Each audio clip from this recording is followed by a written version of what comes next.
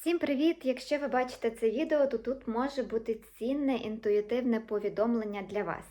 Отже, повідомлення сьогодні таке: постарайтеся залишатися на позитиві. Попри все, що відбувається довкола, може бути якийсь негатив, може бути якийсь щось, що вас намагається настроїти на якісь негативні думки, ви повинні бути сильнішими за це і все одно звертатися до світла. Так? Навіть якщо на вас напирає якась тривожність, будь-який негатив, ви повинні думати про щось хороше, думати про щось світле і класне. І саме це допоможе вам пережити ці часи, тому що, як ми знаємо, що все одно рано чи пізно все налагодиться, тому що, як написано на кольці на персні Соломона, все так не буде. Отже, буде обов'язково позитивний період.